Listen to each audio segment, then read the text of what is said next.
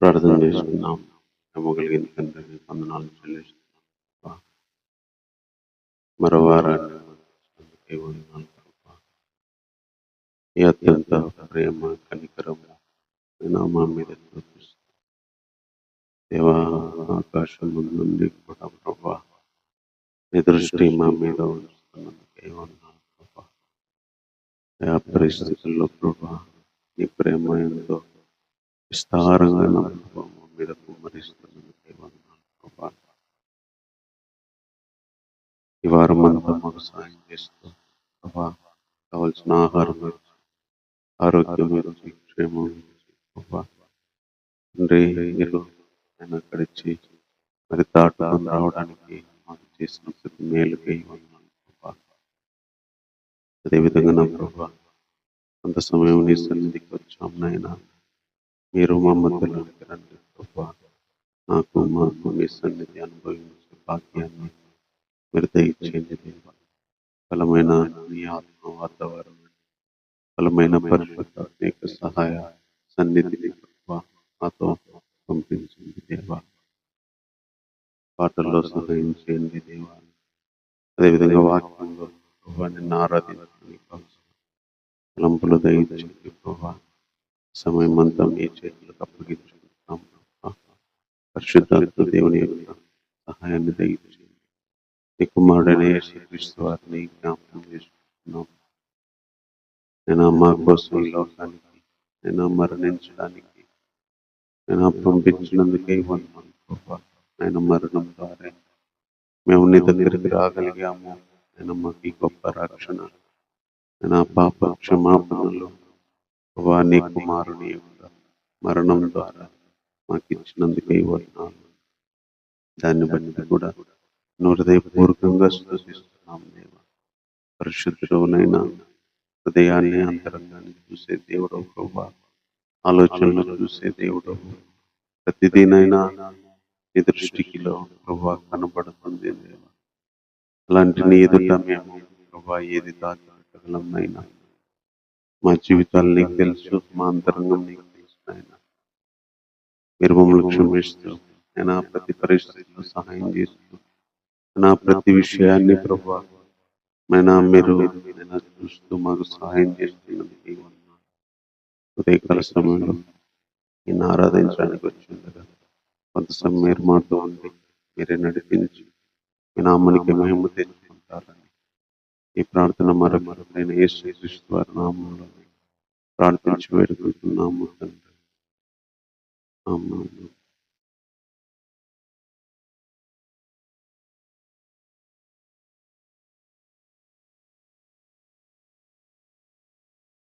కృప చూపే దేవుడవు, కరుణించే నా ప్రభు,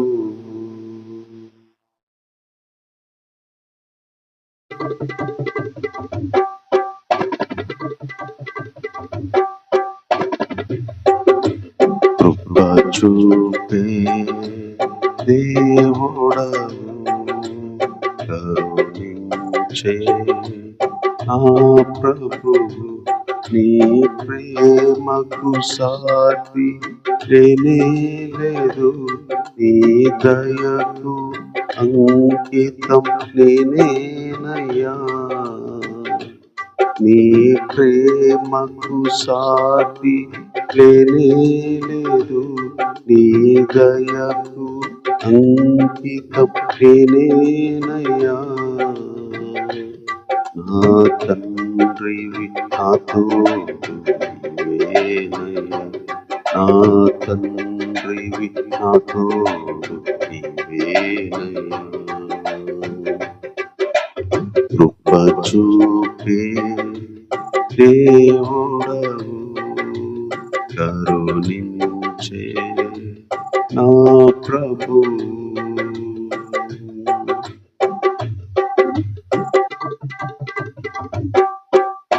నా కుమారుడా పాపిని నేను, దోషిని నేను, నన్ను కరుణించావయ్యా, నా కన్నీరు చూచి నన్ను క్షమించి సహాయం చేసావయ్యా. పాపిని నేను, దోషిని నేను, నన్ను కరుణించావయ్యా, నా కన్నీరు చూచి కనికరం చూపి సహాయం చేసావయ్యా. నీ ప్రేమకు సాటి లేనే లేదు, నీ దయకు అంకితం నేనేనయ్యా. నీ ప్రేమకు సాటి లేనే లేదు, నీ దయకు అంకితం నేనేనయ్యా. నా తండ్రివి నా తోడు నీవేనయ్యా, నా తండ్రివి నా తోడు నీవేనయ్యా. కృప చూపే దేవుడవు, కరుణించే నా ప్రభు.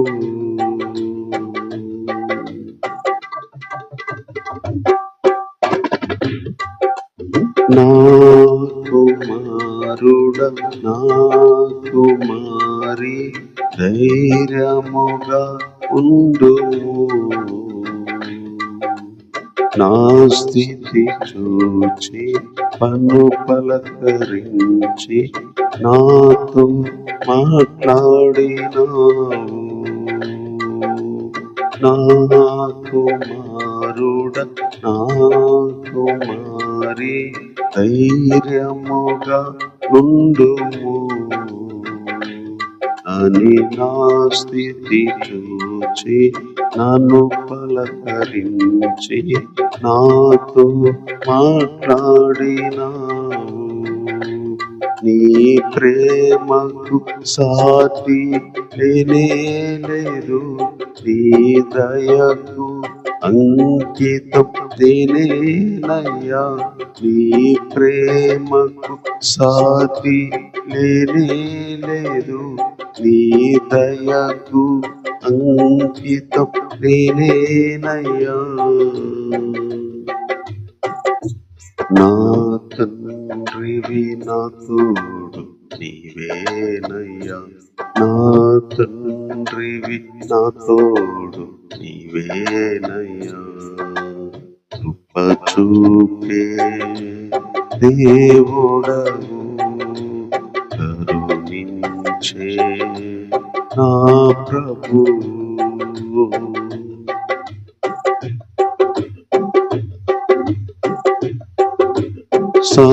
సమస్తమును నూతనముగా చేయుచున్నానంటివే,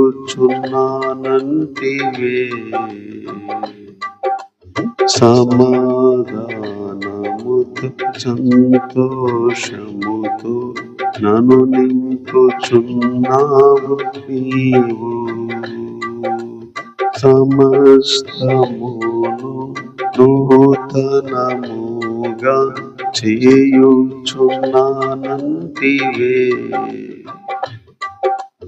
సమాధానముతో సంతోషముతో నన్ను నింపుచున్నావు నీవు. నీ ప్రేమకు సాటి లేనే లేదు, నీ దయకు అంకితం నేనేనయ్యా. నీ ప్రేమకు సాటి లేనే లేదు, నీ దయకు అంకితం నేనేనయ్యా. నా తండ్రివి నా తోడు నీవేనయ్యా, నా తండ్రివి నా తోడు నీవేనయ్యా. కృప చూపే దేవుడవు, కరుణించే కరుణించే నా ప్రభు కృప చూపే దేవుడవు కరుణించే నా ప్రభు పాపిని నేను దోషిని నేను నన్ను కరుణించావయ్యా నా కన్నీరు చూచి నన్ను క్షమించి సహాయం చేసావయ్యా పాపిని నేను దోషిని నేను నన్ను కరుణించావయ్యా నా కన్నీరు చూచి నన్ను క్షమించి సహాయం చేసావయ్యా నీ ప్రేమకు సాటి లేనే లేదు నీ దయకు అంకితం నేనేనయ్యా నీ ప్రేమకు సాటి లేనే లేదు నీ దయకు అంకితం నేనేనయ్యా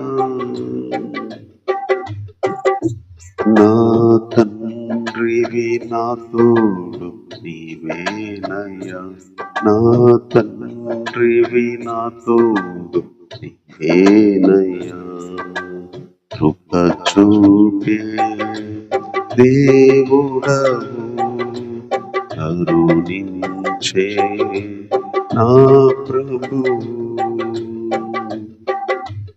నా కుమారుడ నా కుమారి ధైర్యముగా ఉండుము అని నా స్థితి చూచి పన్ను పలకరించి నాతో మాట్లాడినావు నా కుమారుడ నా కుమారి ధైర్యముగా ఉండుము అని నా స్థితి చూచి నన్ను పలకరించి నాతో మాట్లాడినావు నీ ప్రేమకు సాటి లేనే లేదు నీ దయకు అంకితం నేనేనయ్యా నా తండ్రివి నా తోడు నీవేనయ్యా నా తండ్రివి నా తోడు నీవేనయ్యా కృప చూపే దేవుడవు కరుణించే నా ప్రభు సమస్తమును నూతనముగా చేయుచున్న నంటివే సమాధానముతో సంతోషముతో నన్ను నింపుచున్నావు నీవు సమస్తమును నూతనముగా చేయుచున్నానంటివే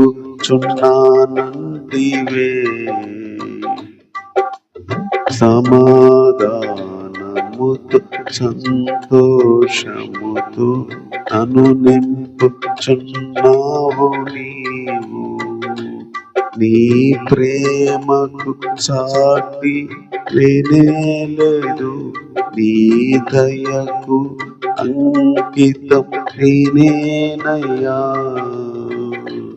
నా తండ్రివి నా తోడు నీవేనయ్యా నా తండ్రివి నా తోడు నీవేనయ్యా కృప చూపే దేవుడవు కరుణించే నా ప్రభు కృప చూపే దేవుడవు కరుణించే నా ప్రభు.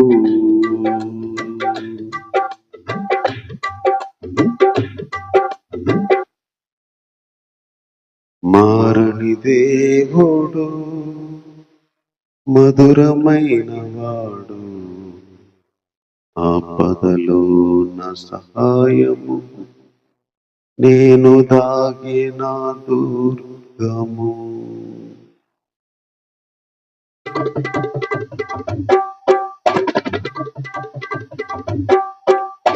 మారని దేవుడు, మధురమైన వాడు, ఆపదలో నా సహాయము, నేను దాగిన దుర్గము. ఆపదలో నా సహాయము, నేను దాగిన దుర్గము. విడువడు నన్ను ఎప్పుడు కన్నీటి లోయలో, కరుణను చూపి నన్ను లేపి నిలబెట్టును. విడువడు నన్ను ఎప్పుడు కన్నీటి లోయలో, కరుణను చూపి నన్ను లేపి నిలబెట్టును. నా బలము నా దేవుడు నాకు ధైర్యము ఇచ్చెనుగా. నా బలము నా దేవుడు నాకు ధైర్యము ఇచ్చెనుగా. మారని దేవుడు, మధురమైన వాడు, ఆపదలో నా సహాయము, నేను దాగిన దుర్గము. ఆపదలో నా సహాయము, నేను దాగిన దుర్గము.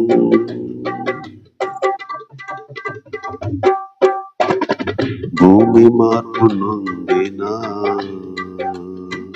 పర్వతాలు మునిగిన,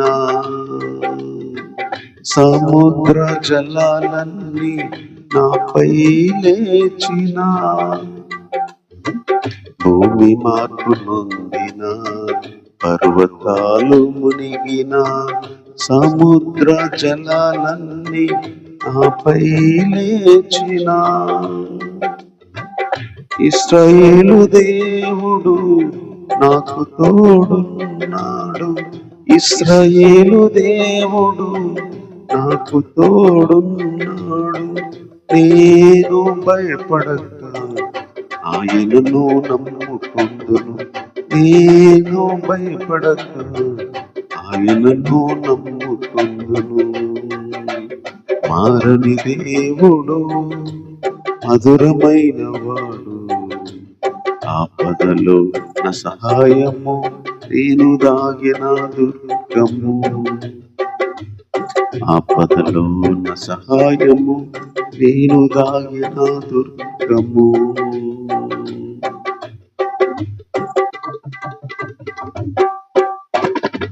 ఆర్థిక నష్టములు, అప్పుల బాధలు, అనారోగ్య సమస్యలు నన్ను కృంగదీసిన.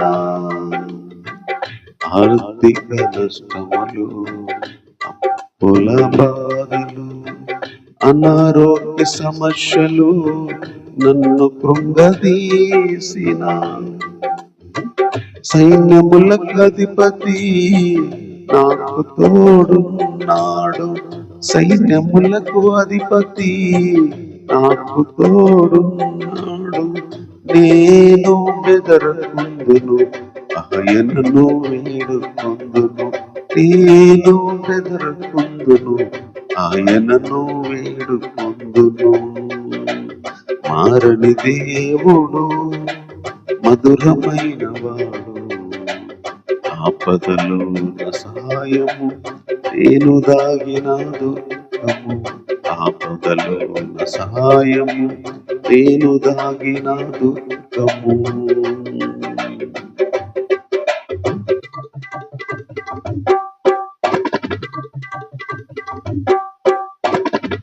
ఆత్మీయులు దూరమైన, సేవలో విఫలమైన, ఆత్మలో దిగజారిన, హృదయము రద్దలైన, ఆత్మీయులు దూరమైన సేవలో విఫలమైన ఆత్మలో దిగజారిన హృదయము బ్రతలైన సృష్టికర్త దేవుడు నాకు తోడున్నాడు. సృష్టికర్త దేవుడు నాకు తోడున్నాడు. ఎప్పటికీ ఎన్నటికీ నన్ను విడువని దేవుడు. ఎప్పటికీ ఎన్నటికీ నన్ను విడువని దేవుడు. మారని దేవుడు, మధురమైన వాడు. ఆపదలు నా సహాయము, నేను దాగిన దుర్గము. ఆపదలు నా సహాయము, నేను దాగిన దుర్గము. మారని దేవుడు, మధురమైన వాడు. ఆపదలు నా సహాయము, నేను దాగిన దుర్గము. ఆపదలు నా సహాయము, నేను దాగిన దుర్గము. విడువడు నన్ను ఎప్పుడు కన్నీటి లోయలో, కరుణను చూపి నన్ను లేపి నిలబెట్టును. విడువడు నన్ను ఎప్పుడు కన్నీటి లోయలో, కరుణను చూపి నన్ను లేపి నిలబెట్టును. నా బలము నా దేవుడు నాకు ధైర్యమునిచ్చెనుగా. నా బలము నా దేవుడు నాకు ధైర్యము ఇచ్చెనుగా. మారని దేవుడు, మధురమైన వాడు. ఆపదలు నా సహాయము, నేను దాగిన దుర్గము. ఆపదలు నా సహాయము, నేను దాగిన దుర్గము. మారని దేవుడు, మధురమైన వాడు. ఆపదలు నా సహాయము, నేను దాగిన దుర్గము. ఆపదలు నా సహాయము, నేను దాగిన దుర్గము.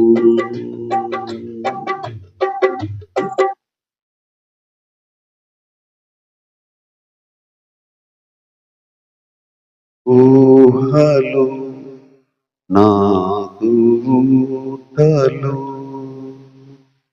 నా యేసు రాజా నీలోనే ఉన్నవి. ఊహకందవే నీదో ఆశ్చర్య క్రియలు.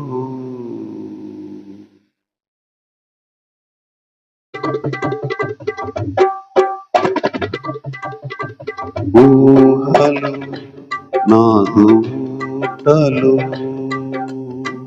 నా యేసు రాజా నీలోనే ఉన్నవి.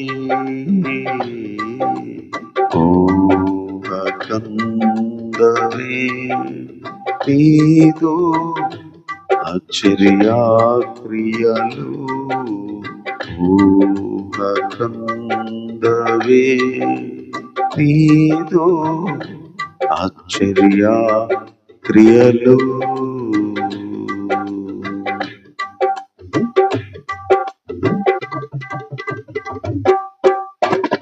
నీదు కుడి చేతిలో నిత్యము వెలుగు తారగా. నీదు కుడి చేతిలో నిత్యము వెలుగు తారగా. నిత్య సంకల్పము నాలో నెరవేర్చుచున్నావు. నిత్య సంకల్పము నాలో నెరవేర్చుచున్నావు ఊహలు నాదు ఊటలు నా యేసు రాజా నీలోనే ఉన్నవి ఊహ కందవే నీదు ఆశ్చర్య క్రియలు ఊహ కందవే నీదు ఆశ్చర్య క్రియలు శత్రువులు పూచిన ఊటలన్నీయో త్రోవగా శత్రువులు పూచిన ఊటలన్నీయో త్రోవగా జలలు గల ఊటలు ఇస్సాకునకు ఇచ్చినావు జలలు గల ఊటలు ఇస్సాకునకు ఇచ్చినావు ఊహలు నాదు ఊటలు నా యేసు రాజా నీలోనే ఉన్నవి ఊహ కందవే నీదు ఆశ్చర్య క్రియలు ఊహ కందవే నీదు ఆశ్చర్య క్రియలు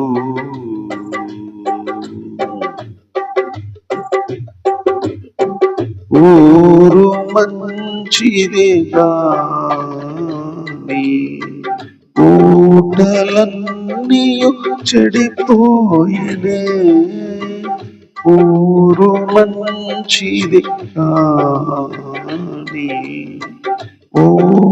ఊటలన్నీయు చెడిపోయినే ఉప్పు వేసిన వెంటనే ఊట అక్షయత నొందినే ఉప్పు వేసిన వెంటనే ఊట అక్షయత నొందినే ఊహలు నాదు ఊటలు నా యేసు రాజా నీలోనే ఉన్నవి ఊహ కందవే నీదు ఆశ్చర్య క్రియలు ఊహ కందవే నీదు ఆశ్చర్య క్రియలు ఊహ కందవే నీదు ఆశ్చర్య క్రియలు ఊహ కందవే నీదు ఆశ్చర్య క్రియలు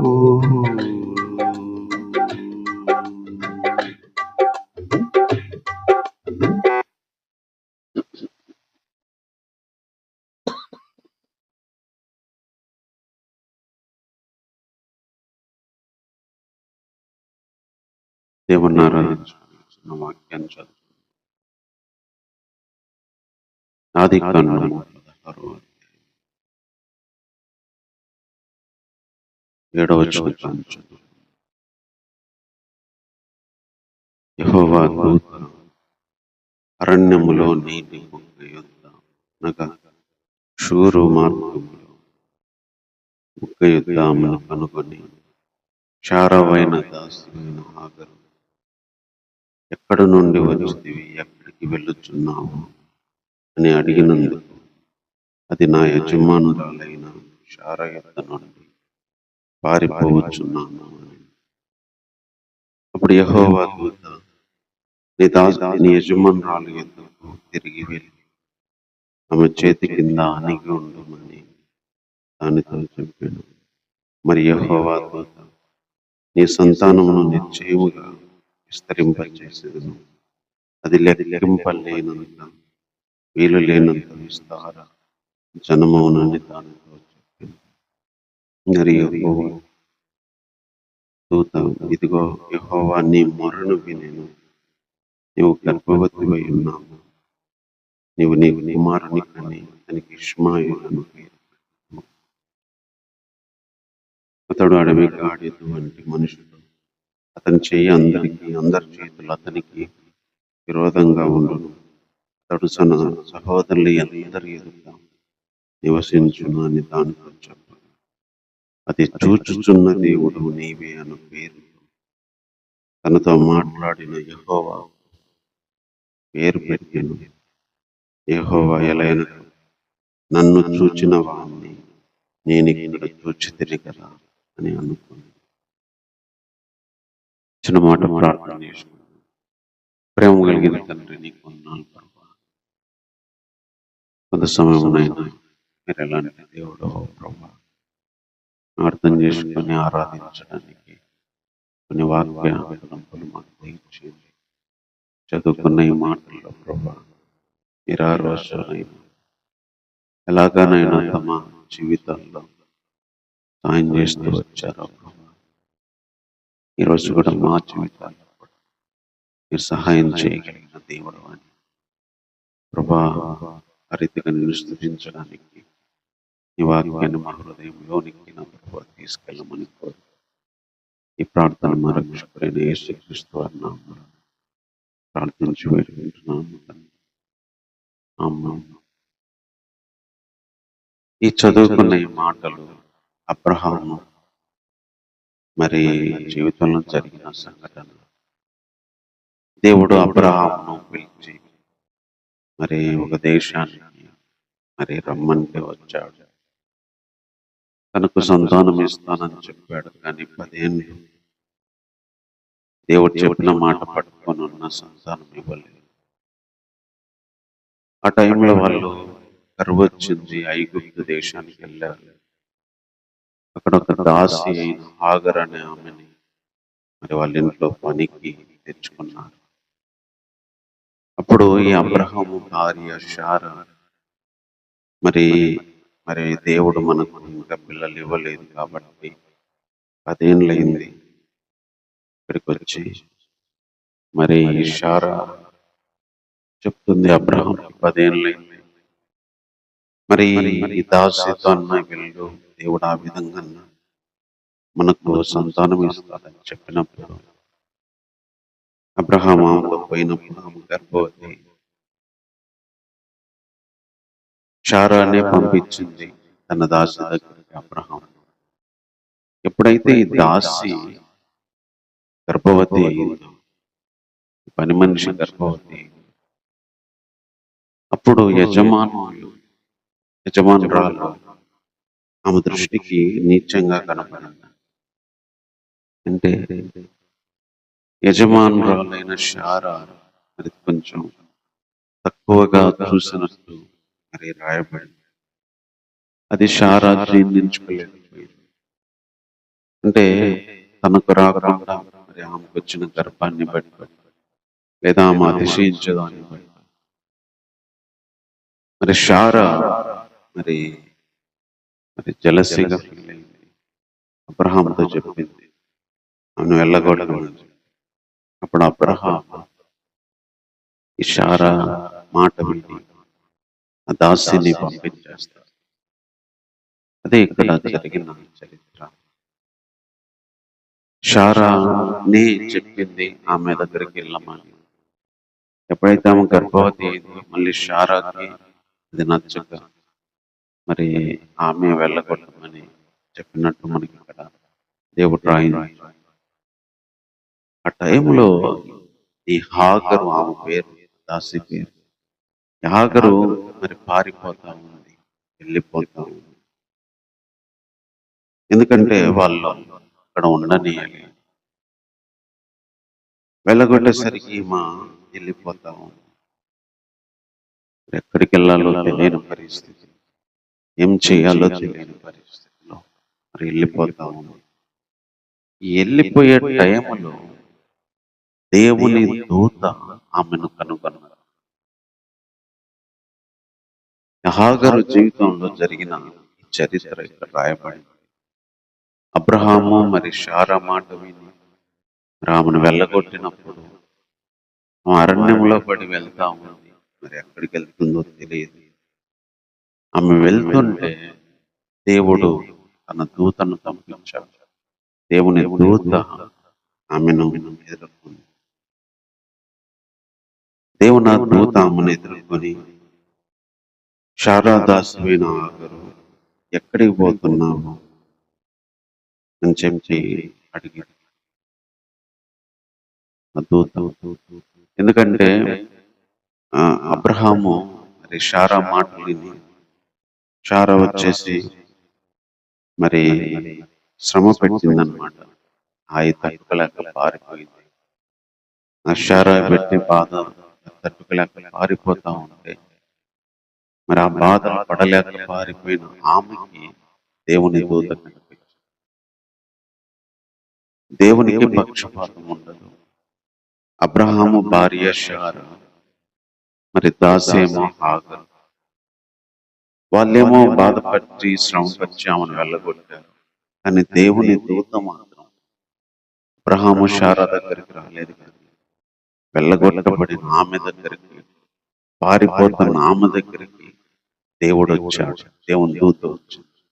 వచ్చి, శారా నువ్వు ఎక్కడి నుండి వచ్చావు, ఎక్కడికి వెళ్తున్నావు? నిజంగా దేవుడు ఎలాంటి వాడు? ఒక వ్యక్తి జీవితంలో ఇక్కడ శారా శ్రమ బాధ తట్టుకోలేక పారిపోతున్న హాగరు జీవితంలో దేవుడు ఆమెకి ప్రత్యక్షమయ్యాడు. దేవుడు ఆమెను పలకరించి, నువ్వు ఎక్కడికి వెళ్తున్నావు, ఎక్కడి నుండి వచ్చావు అని అడుగుతున్నాడు. నువ్వు ఎక్కడికి పారిపోతున్నావు అని అడుగుతున్నాడు. దేవుడు ఎలాంటి వాడు? కొన్నిసార్లు మన జీవితంలో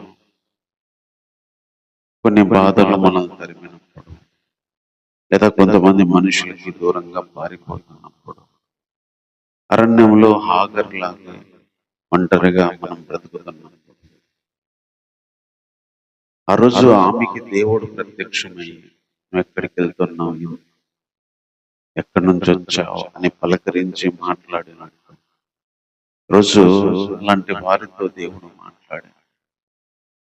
ఒక వ్యక్తి జీవితం అర్థం కాని పరిస్థితిలో వెళ్ళగొట్టబడుతున్నప్పుడు, ఒక వ్యక్తి జీవితం హాగర్లాగా మరి ఎక్కడికి వెళ్ళాలో తెలియని పరిస్థితిలో మరి బయలుదేరి వెళ్తున్నప్పుడు, మరి అర్థం కాని పరిస్థితి, అరణ్యం అది, మరి నీళ్లు లేవు, అన్నం లేవు, లాంటి ఒక పరిస్థితి అది.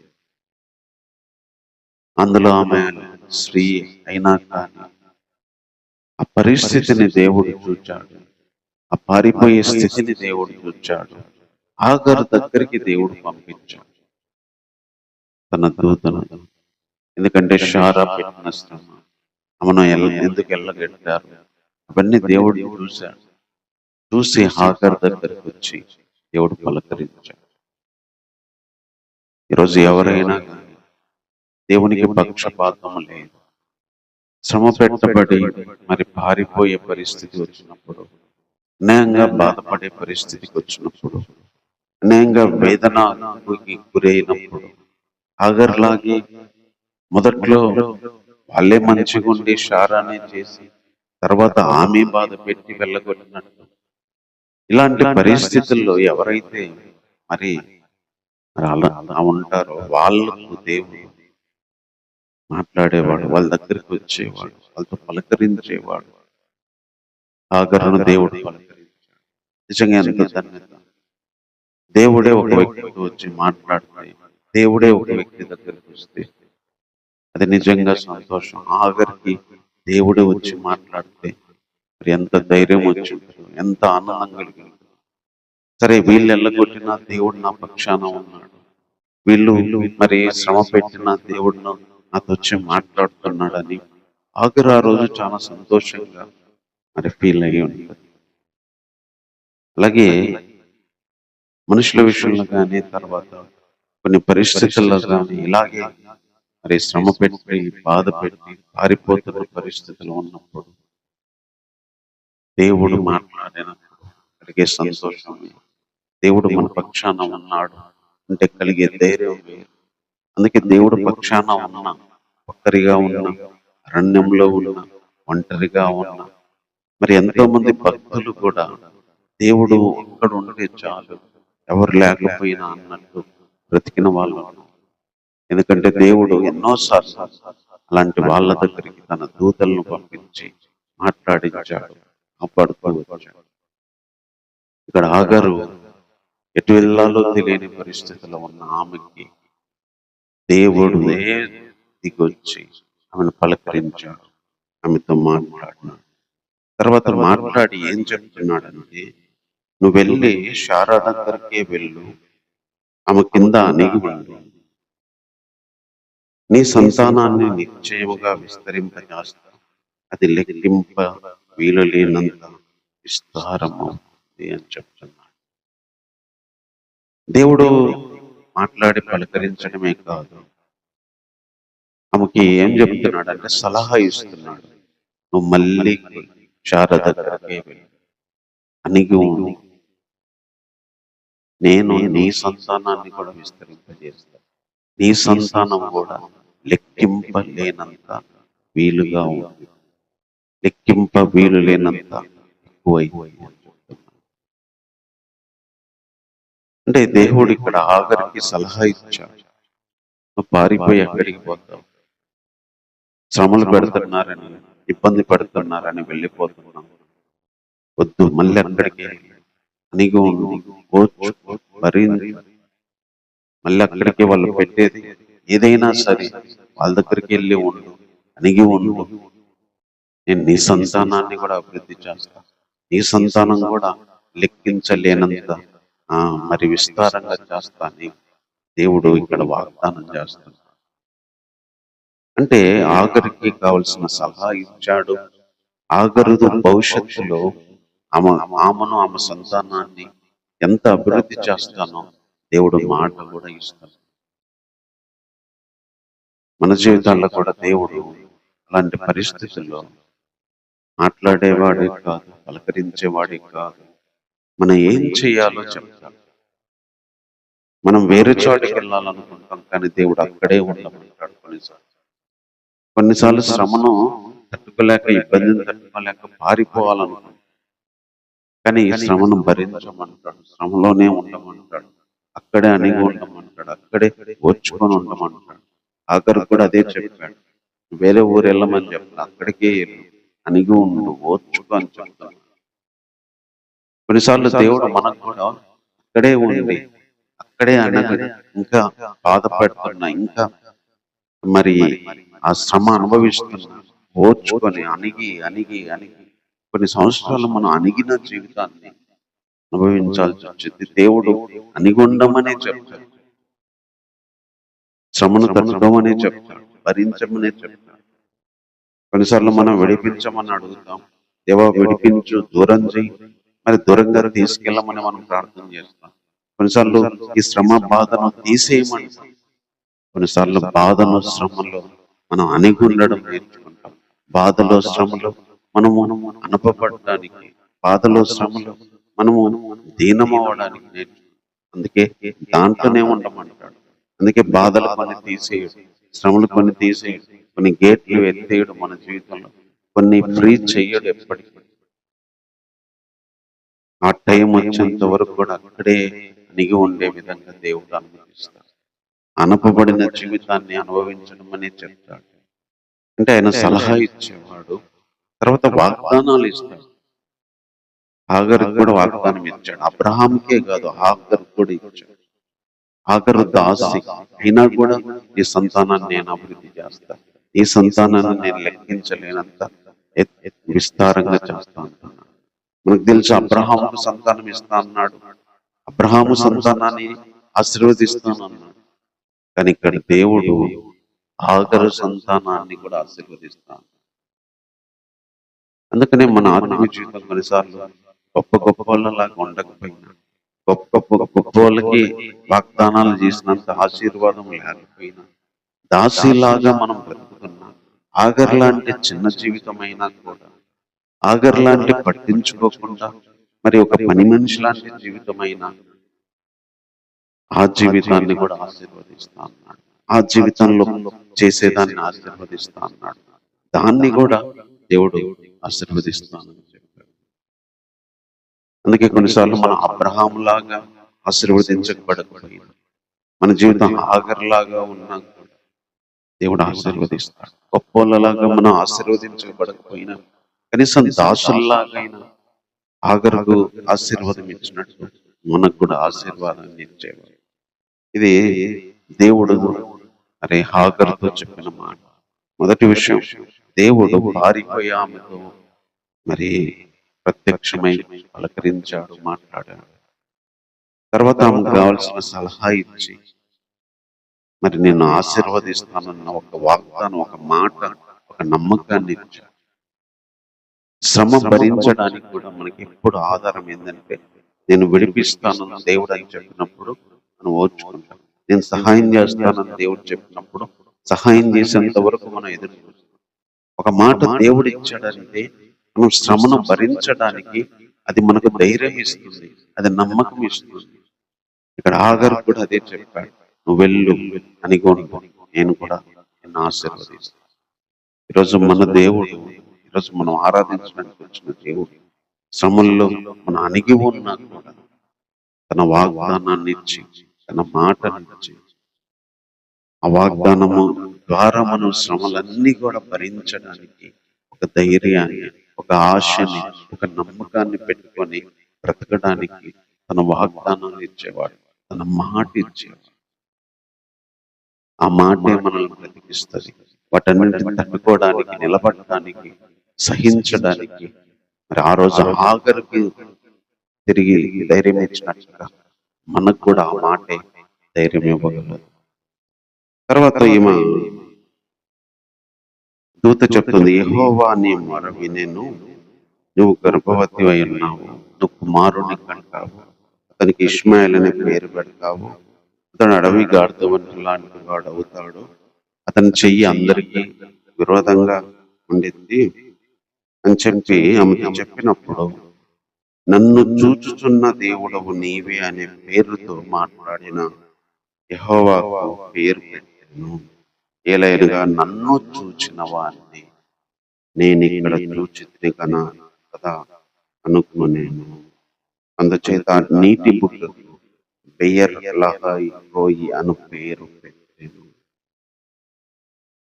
ఇక్కడ ఆ బుగ్గ ఏ నీటి బుగ్గల దగ్గర అయితే ఏమో నిలబడి ఉందో అక్కడ ఈమె ఒక మాట చెప్తుంది, నన్ను చూచిన వారిని నేను చూచాను.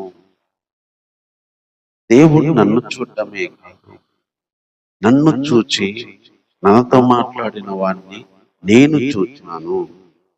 అందుకే ఆ నీటి బుగ్గకి బెయర్ లహైరోయి అంటే నన్ను చూచుచున్న సజీవుని బావి అని పేరు. అంటే ఇక్కడ రెండు మాటలు చెప్తుంది, నన్ను చూచుచున్న దేవుడు నీవే, నన్ను చూచుచున్న దేవుడు నువ్వే, నన్ను చూసిన దేవుణ్ణి నేను చూచాను. నిజంగా దేవుడు ఎలాంటి వాడంటే, దేవుడు మనల్ని చూడటమే కాదు, దేవుణ్ణి మనము చూసే విధంగా చేయగలడు. ఆఖరికి చెప్తుంది, నన్ను చూచాడు దేవుడు, నన్ను చూచిన దేవుణ్ణి నేను చూచాను. అందుకే ఆ పేరు పెట్టింది. అందుకే ఆ యొక్క ఆ స్థలానికి నన్ను చూచుచున్న వాని బావి అని పేరు పెట్టింది. కొన్నిసార్లు దేవుడు మనల్ని చూడటమే కాదు, మనము దేవుణ్ణి చూసే అవకాశాన్ని, దేవుణ్ణి చూస్తే ధైర్యం వస్తుంది, దేవుణ్ణి చూస్తే నమ్మకం వస్తుంది. దేవుడు చూడటం అనే అవకాశం దొరికితే అంతకంటే ధన్యత లేదు. భక్తులు ఎంతో మంది దేవుని ప్రత్యక్షతలు పొందారు, దేవుని స్వరాన్ని విన్నారు, దేవుణ్ణి మరి చూడగలిగారు, దేవుని మహిమను చూడగలిగారు. దేవుని దూత వాళ్ళ దగ్గరికి వచ్చి మాట్లాడేది పాత నిబంధన. నిజంగా ఒక వ్యక్తికి దేవుడు కనపడటం అనేది అది నిజంగా ధన్యత. ఎంతో మంది భక్తులకు దేవుడు కనిపించాడు. నన్ను చూచిన వాడిని నేను చూచాను, నాతో మాట్లాడిన వాడు దేవుడు అని చెప్పి ఆ రోజు ఎంతో మంది వారు కన్ఫర్మ్ చేసుకున్నారు, నిర్ధారించుకున్నారు. ఆగరు ఇక్కడ ఏం చెప్తుందంటే, నన్ను చూచిన దేవుణ్ణి నేను చూచాను. నన్ను చూస్తున్నది నువ్వే, నన్ను చూసిన నిన్ను నేను చూచాను. నిజంగా దేవుణ్ణి మనం చూడటం అనేది మన ధన్యత, దేవుణ్ణి ఎరగడం అనేది మన ధన్యత. కొన్నిసార్లు దేవుడు మనతో మనల్ని చూడటమే కాదు, దేవుడు చూస్తుంటాడు, అది మనకు తెలియదు. అదే మనము దేవుణ్ణి చూస్తే ఆనందమే. దేవుడు ఎప్పుడు తన దృష్టి మన మీద ఉంచుతాడు. దేవుని కన్ను దృష్టి ఎప్పుడు మన మీద ఉంటది, దేవుని యొక్క ఆలోచన ఎప్పుడు మన మీద ఉంటుంది. కానీ మనకు తెలియదు కదా. అదే మనము దేవుని చూస్తే, దేవుడు మాట్లాడేది చూస్తే, దేవుడు ప్రత్యక్షమైనది చూస్తే, దేవుడు కనిపించింది చూస్తే ఆ సంతోషం వేరు, ఆనందం వేరు. ఇక్కడ ఆగర్ ఏం చెప్తుందంటే, నాతో మాట్లాడిన వాడిని, నన్ను చూచిన వాడిని నేను చూచాను. నన్ను చూసిన వాడిని నేను చూచాను. అబ్రహాము ఎట్లా దేవుణ్ణి మాట్లాడితే మరి అలాంటి సహవాసం కలిగి ఉన్నాడు. ఇక్కడ ఆగర్ చెప్తుంది, నేను దేవుణ్ణి చూశాను. నన్ను చూసి నాతో మాట్లాడి నాకు వాగ్దానాలు చేసి నాకు సలహాలు చెప్పి నాతో ఇవన్నీ చేసిన వాడిని నేను చూచాను. అందుకే ఈ స్థలము నన్ను చూచిన వాని బావి అనే పేరు పెట్టి. దేవుడు మనల్ని చూడటమే కాదు, మనము దేవుణ్ణి చూసే విధంగా, దేవుని శక్తిని చూసే విధంగా, దేవుని మహిమను చూసే విధంగా దేవుడు అవకాశం ఇస్తాడు. చూడడం అంటే ఏదో వచ్చి ఒక ప్రత్యక్షమై ఒక వెలుగులాగా ఉండడం కాదు. మన పనుల్లో దేవుడు ఉంటాడు, నా ఆలోచనలో దేవుడు ఉంటాడు, వాక్యంలో మాట్లాడేటప్పుడు దేవుడు మనం చూడగలుగుతాం, ఆయన మహిమను మనం చూడగలుగుతాం, ఆయన స్వరాన్ని మనం వినగలుగుతాం. మన ఆ ఫీలింగ్ లో దేవుణ్ణి మనం చూడగలుగుతాం. దేవుడు మనతో ఉన్నాడు, దేవుడు నాతో ఉన్నాడు, దేవుడు మాట్లాడుతున్నాడు అని మనకు అనిపిస్తుంది. ఆగరుకు ఆ రోజు అనిపించినట్టు, నన్ను చూసిన వాడిని నేను చూచాను అని, నా దేవుణ్ణి నేను చూశాను, నా దేవుడు నాతో మాట్లాడుతున్నాడు, నా దేవుడు నాతో ఉన్నాడు, నా దేవుడు నన్ను నడిపిస్తున్నాడు అని చెప్పి ధైర్యంగా మనం దేవుని అనే గొప్ప అవకాశాన్ని దేవుడు మనకి ఇస్తాడు. ఇక్కడ ఆగరు జీవితంలో దేవుణ్ణే చూడగలగడానికి ఆమెకు అవకాశం ఇచ్చాడు. అందుకే ఈరోజు మనం కూడా శ్రమ పెట్టబడి పారిపోతూ ఆగర్లాగా మరి అరణ్యంలో మరి ఒంటరిగా ఏడుస్తూ బ్రతుకుతున్న బ్రతుకులో ఉంది. దేవుడే వచ్చి పలకరించాడు, మాట్లాడాడు.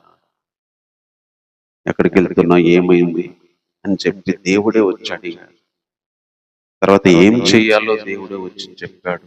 నువ్వు తిరిగి అక్కడికి వెళ్ళి ఉండు, అనిగా ఉండు, నేను నిన్ను ఆశీర్వదిస్తాను, నువ్వేం భయపడద్దని చెప్పాడు. తర్వాత దేవుణ్ణే చూద్దాం ఆమెకు అవకాశాలు. నిజంగా ఇలాంటి పరిస్థితులు గుండా వెళ్ళినప్పుడు దాసి ఒక అన్యురాలై ఓ యోగ్యత లేని ఒక వ్యక్తికి దేవుడు కనిపించి ఒక వ్యక్తి మాట్లాడినట్టుగా, ఒక స్నేహితుడు మాట్లాడినట్టుగా, మరి ఎవరు ఆమెకు లేరు, తన జనము లేరు, తన తల్లిదండ్రులు లేరు. ఎక్కడ ఈగుప్తులోంచి తెచ్చుకున్నారు అబ్రహాము శారాహాముని. ఇప్పుడు ఎక్కడికి వెళ్ళాలో తెలియదు. మరి ఉన్న తెచ్చుకున్న వాళ్ళు కూడా పంపించేశారు. అలాంటి ఒక నిస్సహాయమైన వ్యక్తికి దేవుడు మాట్లాడి, దేవుడు పలకరించి, దేవుడు వాగ్దానాలు ఇచ్చి, దేవుడే కనపడి ఆమెను ధైర్యంతో నింపినాడు. ఆమె జీవితాన్ని ముందుకు తీసుకెళ్లే అవకాశం ఇచ్చాడు. ఆమె తిరిగి వెళ్ళింది, వాళ్ళ దగ్గర ఉంది, మళ్ళీ కుమారుని కనింది, పేరు పెట్టింది. మళ్ళీ తన జీవితం అంతా మళ్ళీ సంతోషంగా దేవుడు ముందుకు తీసుకెళ్ళాడు. ఈరోజు హాగర్లాగే మరి శ్రమతో వేదంతో పారిపోయి ఒంటరిగా బ్రతికే బ్రతుకులలో ఉన్న ఒక దాసి లాంటి బ్రతుకులో ఉన్న ప్రతి వ్యక్తికి దేవుడు సహాయం చేయగలడు. దేవుడు మాట్లాడగలడు. దేవుడు అలాంటి దగ్గరికి రాగలడు. అబ్రహాం లాంటి భక్తులకే కాదు, పనోడైన పనివరాలు దాసి అయిన ఆగర్తో కూడా మాట్లాడగలడు అని దేవుడు ఇక్కడ బయలుపరుస్తున్నాడు. దేవుడు చూపించాడు. ఇక్కడ శ్రమలో ఎవరున్నా, శ్రమతో బాధపడి పారిపోతున్నా, మరి ఒంటరిగా ఇబ్బంది పడుతున్నా, వాళ్ళు ఎవరైనా సరే లారత చూడకుండా, వాళ్ళ హోదా చూడకుండా, వాళ్ళు ఏ స్థితిలో ఉన్నా పక్షపాతం లేకుండా వచ్చేవాడు. పక్షపాతం లేకుండా పలకరించి మరి వాగ్దానాలు ఇచ్చి వాళ్ళని కనపడి వాళ్ళకు ధైర్యం ఇచ్చేవాడు. ఈరోజు మనకు కూడా అలాంటి దేవుడు ఉన్నాడు. కాబట్టి మాటలు బట్టి 10 నిమిషాలు దేవుణ్ణి ఆరాధన చేద్దాం. ఆ రోజు ఆగరును చూచిన దేవుడే రోజు మనల్ని చూచేవాడు. ఆ రోజు ఆగరును పలకరించిన దేవుడే రోజు మనల్ని పలకరించి ఎక్కడికి వెళ్తున్నావు, ఏమైంది అని అడిగేవాడు.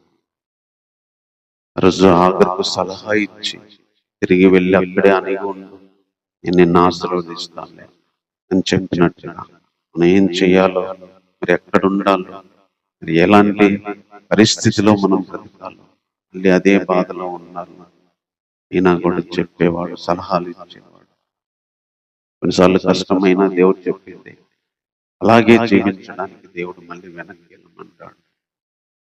మనం పారిపోవాలనుకుంటాం, తప్పించుకోవాలనుకుంటాం, కానీ దేవుడు భరించాలనుకుంటాడు, అనిగి ఉండమంటాడు, అక్కడే నేర్చుకోమని చెప్తాడు. దేవుని వాగ్దానం ఇచ్చి మనం బలపరుస్తాడు.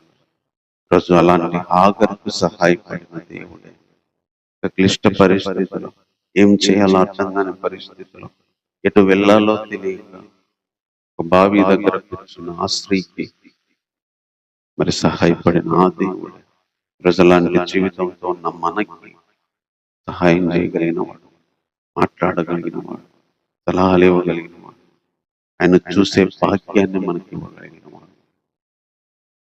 కాబట్టి మాటలు బట్టి 10 నిమిషాలు ఆరాధన చేద్దాం. పరలోకమందున్న మా తండ్రి, నీకు వందనాలు నాయనా. ప్రభా, అబ్రహాం లాంటి భక్తులని కాదు, ఆగర్ లాంటి దాసులు కూడా ప్రభా మరి శ్రమ పడినప్పుడు దేవా మీరు ఆగర్కు ప్రత్యక్షమై మాట్లాడినారు నాయన. ఈరోజు మేము ఈ భూమి మీద గొప్ప భారం కాకపోయినా, అల్పులమైన ప్రభా, లోకముల దృష్టిలో ఏ అర్హత యోగ్యత లేకపోయినా, ఎవరు పట్టించుకోకపోయినా ప్రభా, ఎవరు అయినా మరి మమ్మల్ని చూసి గౌరవించకపోయినా దేవా, నేను నువ్వు పట్టించుకునే దేవుడు, నీకు పక్షపాతమే లేదు.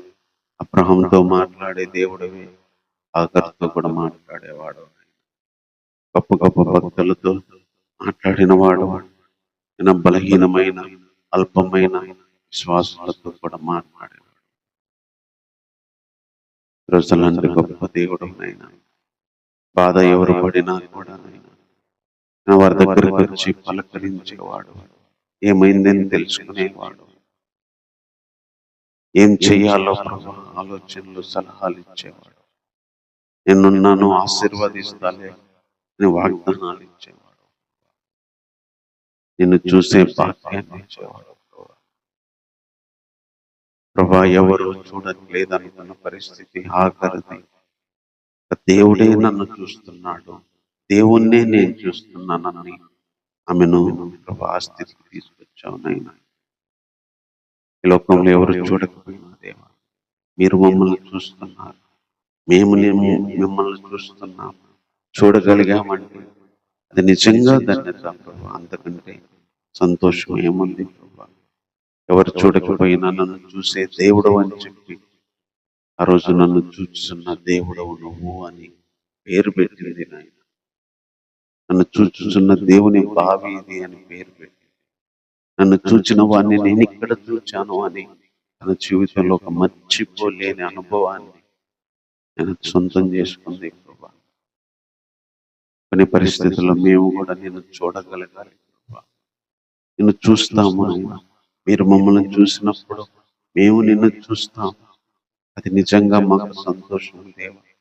మీరు మమ్మల్ని చూసి మేము మిమ్మల్ని చూసినప్పుడు కలిగే ఆనందం వేరు ప్రభా. ఎవరు మమ్మల్ని చూసినా చూడకపోయినా ప్రభా, మేము ఎవరిని చూసినా చూడకపోయినా నిన్ను చూడగలుగుతాం. నువ్వు మమ్మల్ని చూడగలుగుతాం. అది ఎంతో గొప్ప ధన్యత దేవ. అగర్లాంటి పరిస్థితిలో ఉన్న ఎంతో మందికి నా మా జీవితాల్లో కూడా దేవ మీరు సహాయం చేయగలిగిన వాడు, వారి దగ్గరికి రాగలిగిన వాడు. వాళ్ళ కోసం మీరు పైనుంచి దిగి వచ్చే దేవుడు ప్రభా. మీరు ఎంతగా తగ్గించుకుంటారో అలాంటి వాళ్ళ కోసం ఎంతగానో ప్రభా నేను కిందికి వస్తారు. నేను నిన్ను స్తుతిస్తున్నాను. నేను అందరిని బట్టి నేను స్తుతిస్తున్నాను దేవా. ఈరోజు మాకు అలాంటి గొప్ప దేవుడు ఉన్నారు ప్రభా. ఆఖరి జీవితంలో సహాయపడిన ఆ దేవుడు ఈరోజు మాకు కూడా సహాయపడే దేవుడు. మేము నమ్మిన దేవుడు ఆ దేవుడైనందుకు మేము నిజంగా సంతోషంతో నేను స్తుతిస్తున్నాం దేవా. ఏమి చెల్లించి నీ రుణాన్ని తీర్చుకోలేము, కానీ ఈ మా దీన స్తుతి ఆరాధన మా రక్షకుడైన యేసుక్రీస్తు వారి నామములో సమర్పిస్తున్నాము తండ్రి. ఆమేన్.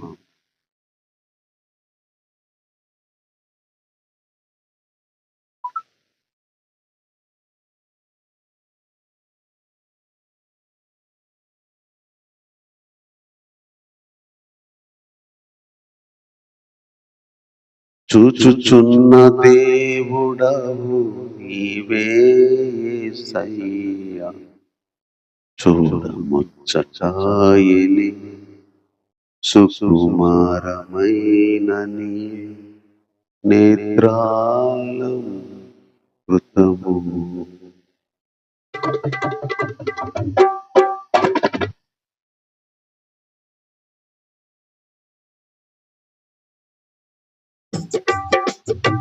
చూచుచున్న దేవుడవు నీవే యేసయ్యా, చూడముచ్చటాయని సుకుమారమైన నీ నేత్రాలంకృతము. చూచుచున్న దేవుడవు నీవే యేసయ్యా, చూడముచ్చటాయని సుకుమార సుమములైన నీ నేత్రాలంకృతము.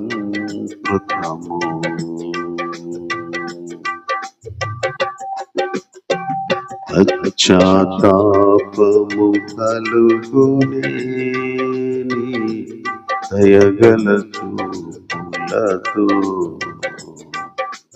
క్షమించబడుదురు ఎవరైనా రక్త ప్రోక్షణతో. పశ్చాత్తాపము కలుగునే నీ దయగల చూపులతో క్షమించబడుదురు ఎవరైనా రక్త ప్రోక్షణతో. ఆప్యాయతకు నోచుకొనని నన్ను చేరదీసిన కృపాసాగర. ఆప్యాయతకు నోచుకొనని నన్ను చేరదీసిన కృపాసాగర. చూచుచున్న దేవుడవు నీవే యేసయ్యా, చూడముచ్చటాయనే సుకుమార సుమములైన నీ నేత్రాలంకృతము. అగ్ని జ్వాల మయములేని చూపుల వలయాలు తప్పించుకొందురా ఎవరైనా. ఎంతటి గనులైనా అగ్ని జ్వాల మయములేని చూపుల వలయాలు తప్పించుకొందురా ఎవరైనా, ఎంతటి గనులైనా అగ్ని వంటి శోధనలను తప్పించితివే దయాసాగర. అగ్ని వంటి శోధనలను తప్పించితివే దయాసాగర. చూచుచున్న దేవుడవు నీవే యేసయ్యా, చూడముచ్చటాయనే సుకుమార సుమములైన నీ నేత్రాలంకృతము. చూచుచున్న దేవుడవు నీవే యేసయ్యా, చూడముచ్చటాయనే సుకుమార సుమములైన నీ నేత్రాలంకృతము. పశ్చాత్తాపము కలుగునే నీ దయగల చూపులతో క్షమించబడుదురు ఎవరైనా. రక్త ప్రోక్షణతో పశ్చాత్తాపము కలుగునే నీ దయగల చూపులతో క్షమించబడుదురు ఎవరైనా. రక్త ప్రోక్షణతో ఆప్యాయతకు నోచుకొనని నన్ను చేరదీసిన కృపాసాగర. ఆప్యాయతకు నోచుకొనని నన్ను చేరదీసిన కృపాసాగర. చూచుచున్న దేవుడవు నీవే యేసయ్యా, చూడముచ్చటాయనే సుకుమార సుమములైన నీ నేత్రాలంకృతము. చూచుచున్న దేవుడవు నీవే యేసయ్యా, చూడముచ్చటాయనే సుకుమార సుమములైన నీ నేత్రాలంకృతము.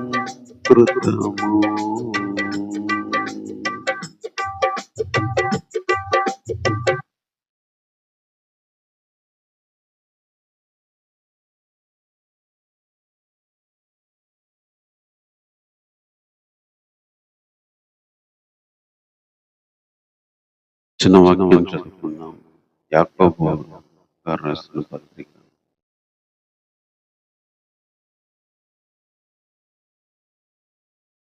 మొదటి అధ్యాయం. యాకోబు రాసిన పత్రిక మొదటి అధ్యాయం మొదటి వచనం చదువుకున్నాం. దేవుని యొక్కయు ప్రభువైన యేసుక్రీస్తు యొక్కయు దాసుడైన యాకోబు అన్న దేశము యందు చెదరి ఉన్న 12 గోత్రముల వారికి శుభమని చెప్పి రాయన. నా సహోదరులారా, మీ విశ్వాసానికి కలుగు పరీక్ష ఓర్పును పుట్టించునని ఎరిగి మీరు నానా విధమైన శోధనలో పడినప్పుడు అది మహా ఆనందమని ఎంచుకున్నాడు. మీరు సంపూర్ణులు, అనునాంగులు, ఏ విషయంలో కదవలేని వారై ఉన్నది. ఓర్పు తన క్రియను కొనసాగనివ్వండి. ప్రేమ కలిగిన తండ్రి, వందనాలైనా ఇంతవరకు ప్రభా మీరే సహాయం చేస్తూ నాతో మాతో మాట్లాడు. మీ తలంపులు, మీ ఆలోచనలు ప్రభావిస్తూ వచ్చినందుకు ఏమన్నా. అదేవిధంగా నాయన కొన్ని వాక్య తలంపులు దయచేయండి.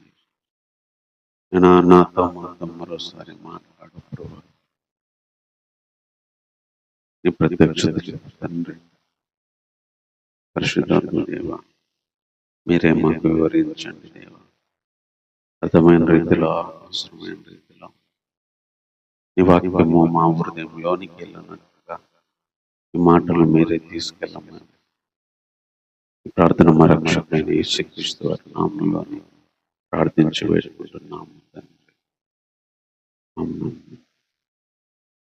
ఈ చదువుకున్న ఈ మాటల్లో యాకోబు గారు రాసిన పత్రిక. మరి అప్పుడు సంఘము చెదిరిపోయినట్టుగా కనపడతా ఉంది. ప్రారంభ శతాబ్దంలో జరిగిన విషయాలు. అప్పుడు భక్తిలో మరి వచ్చిన సంఘము విశ్వాసాలు వారి ఆత్మీయ జీవితం ఎలా ఉండాలి అని ఎన్నో అమూల్యమైన విషయాలు పత్రికలు రాశాడు. ఎన్నో హెచ్చరికలు ఉన్నాయి. మరి ఎన్నో విషయాలు, కొత్త విషయాలు ఆయన చెప్తూ వచ్చాడు. కొన్ని మరి నేర్చుకోవాల్సిన విషయాలు కూడా ఇందులో ఉన్నాయి. చాలా అమూల్యమైన పత్రిక, చాలా విషయాలు మరి ఈయన గారే రాశారు. దేవుడు ఆయనకు ఆ ప్రత్యక్షత ఇచ్చాడు. పేతురు గారు, యోహాన్ గారు రాయని మరి విషయాలు కొన్ని ఈయన రాస్తూ వచ్చాడు. అందులో ఈయన రాసిన మొదటి విషయం ఏంటంటే, అప్పుడు శ్రమ తట్టుకోలేక ఎంతో మంది పారిపోతున్నారు, చెదిరిపోతున్నారు. మరి ఎంతో మందిని చంపుతున్నారు, కాల్చుతున్నారు, కొడుతున్నారు, జైల్లో వేస్తున్నారు. అంటే అప్పుడున్న సంఘము శ్రమల గుండా వెళ్తుంది, పోరాటాల గుండా వెళ్తుంది, పరీక్షల గుండా వెళ్తుంది. అందుకనే యాకోబు గారు మొట్టమొదటిగా ఆ పరీక్షల గురించి చెప్తున్నాడు. ఈ పరీక్షల గురించి మరి రాసిన వ్యక్తి మరి యాకోబు. నా సహోదరులారా, మీ విశ్వాసానికి కలిగే పరీక్ష ఓర్పు పుట్టించునని ఎరిగి మీరు నానా విధములైన శోధనలో పడినప్పుడు అది మహా ఆనందమని ఎంచుకోండి. విశ్వాసానికి పరీక్షలు ఉంటాయని చెప్తున్నాడు. ఈ విశ్వాసానికి కలిగే ఈ పరీక్ష ఓర్పు పుట్టిస్తుంది అని తెలుసుకోమంటున్నాడు. దీనికోసం కలిగే నానా విధమైన శోధనలు మహా ఆనందము అని ఎంచుకోమంటున్నాడు. విశ్వాస జీవితంలో మనకు అవసరమైన విషయం ఇది. విశ్వాసానికి పరీక్షలు ఉంటాయి. పరీక్షలే మనకు ఓర్పునిస్తాయి. పరీక్షించడానికి కలిగే శ్రమలు, శోధనలలో మనకు ఆనందంగా ఎంచుకోమని. ప్రతి వ్యక్తి ఆనందంగా ఉండాలనుకుంటాడు. ఏ శోధన, బాధ, పరీక్ష, శ్రమలు లేకుండా ఉండాలనుకుంటాడు జీవితం. కానీ పరీక్షలు, ఓర్పు మరి శోధనల గుండానే జీవితాలు ఎక్కువ మంది వెళ్తా ఉంటాయి. ఒకదానమ్మటి ఒకటి పరీక్ష, ఒకదానమ్మటి ఒకటి శోధన. శోధనలలో, పరీక్షల్లో మనకు రెండు మేళ్ళు కలుగుతున్నది. ఏంటంటే ఓర్పు వస్తుంది. ఓర్పు నేర్చుకుంటాం. తర్వాత వచ్చేసి ప్రతి విషయంలో కుదవలేని వారిగా, పర్ఫెక్ట్ గా, అనునాంగులుగా, అంటే ఏ తప్పు లేని వారిగా ఓర్పు మరి తన పని జరిగిస్తుంది అని చెప్తాను. అందుకే ఆనందంగా ఎంచుకోమను. అందుకే కొన్ని పరీక్షలు మంచివి, కొన్ని పరీక్షలు మేలు. బంగారాన్ని అగ్ని పరీక్షలకు గుండా వెళ్ళినప్పుడే అది స్వచ్ఛంగా తయారైతేనే పేతురు గారు కూడా చెప్తూ వచ్చు. ఇక్కడ యాకోబు గారు కొత్త కోణంలో ఏం చెప్తున్నాడంటే, పరీక్షలు ఓర్పు చేస్తాయి, పరీక్షలు ఓర్పు నేర్పిస్తాయి, పరీక్షలు పర్ఫెక్ట్ అయిన తప్పులేని వ్యక్తుల్లాగా తీర్చిదిద్దుతాయి. ఏ లోపం లేని వారిగా, ఏ కొదవ లేని వారిగా మరి పరీక్షలు తీర్చిదిద్దుతాయి. అందుకే పరీక్షలు మంచివి అని చెప్తున్నాడు. పరీక్షలలో వెళ్ళినప్పుడు, శోధనలలో వెళ్తున్నప్పుడు అది మహానందంగా ఎంచుకోండి. మనకు డబ్బులు వస్తేనో, లేకపోతే మంచి లోకపరంగా ఏం మేలు కలిగితే అది మనకు ఆనందం ఇస్తుంది. మనం ఊహించని శరీరపరంగా అద్భుతాలు జరిగితే అది మహానందం అనిపిస్తుంది. కానీ నిజమైన విశ్వాసికి పరీక్షలు, శోధనలలో మహానందంగా ఎంచుకోమని. ఒక విశ్వాసం మాత్రమే పరీక్షల్లో, శోధనలలో మహానందంగా ఫీల్ అయ్యే వ్యక్తి. అందుకే ఆ రోజు సంఘం కూడా శ్రమలతో కొడుతున్నా, తిడుతున్నా, అది ఆనందంగా ఎంచుకున్నారు, సంతోషంగా తీసుకున్నారు, అది అవమానంగా తీసుకోలేదు వాళ్ళు. రోజు మనకు అవమానం అనిపించవచ్చు కొన్ని శోధనలు, రోజు కొన్ని బాధలు, కొన్ని పరీక్షలు, అవి మనకు ఏడుపు తెప్పి, కానీ అవే మనకు ఆనందంగా తీసుకోవాల్సినవి, అవే మనకు సంతోషంగా తీసుకోవాల్సిన విషయాలు, అవే మన జీవితంలో మరి అమూల్యమైన విషయాలు అని చెప్తున్నాడు యాకోబు. అది నిజంగా మనకి ఎంత ధన్యత, అది నిజంగా మనకి ఎంత ఆనందం. పరీక్షలే మన ఆనందం, శోధనలే మనకు ఆనందం. ఏదో మేలు కలిగిందో, ఏదో వస్తే కాదు. పరీక్షల గుండా వెళ్ళినప్పుడు, శోధనల గుండా వెళ్ళినప్పుడు ఓర్పు నేర్చుకుంటాం. మరి లోపాలు లేని జీవితంగా మన జీవితం తీర్చబడింది. అందుకే ఆనందంగా ఎంచుకోమని చెప్పు. తర్వాత ఇంకొక విషయం ఏం చెప్తున్నాడు అంటే, మీలో ఎవరికైనా జ్ఞానము కొదువగా ఉన్న ఎడల అతను దేవుణ్ణి అడగవలెను, అప్పుడు అది అతనికి అనుగ్రహించబడును. ఆయన ఎవరిని గద్దింపగా అందరికీ ధారాళముగా దయచేయవాడు. అయితే అతడు ఏమాత్రం సందేహం విశ్వాసంతో అడగవలెను. సందేహించువాడు గాలి చేత రేపబడి ఎగిరిపడు సముద్ర తరంగాన్ని పోలి అట్టి మనుష్యుడు విమనస్కుడై తమ సమస్త మార్గముల యందు అస్థిరుడు గనుక ప్రభు వల్ల తనకి ఏమైనా దొరుకుతుందని తలంచుకొనరాదు. ఇక్కడ ఇంకో విషయం చెప్తున్నట్టే, జ్ఞానము ఎవరికైనా కొదుగా ఉంటే వాళ్ళ దేవుణ్ణి అడగమని చెప్తున్నాడు. ఎందుకంటే ఆయన ఎవరిని గర్తించకుండా అందరికీ ధారాళంగా ఇస్తారు. కానీ సందేహించకుండా అడగాలి. సందేహిస్తే వాడు ఎగిరిపడే సముద్ర తరంగంలాగా ఉంటాడని చెప్తున్నాడు. నిజంగా కొన్ని పరిస్థితుల్లో మనకు జ్ఞానం, కొన్ని విషయాల్లో మనకు జ్ఞానం ఉండదు.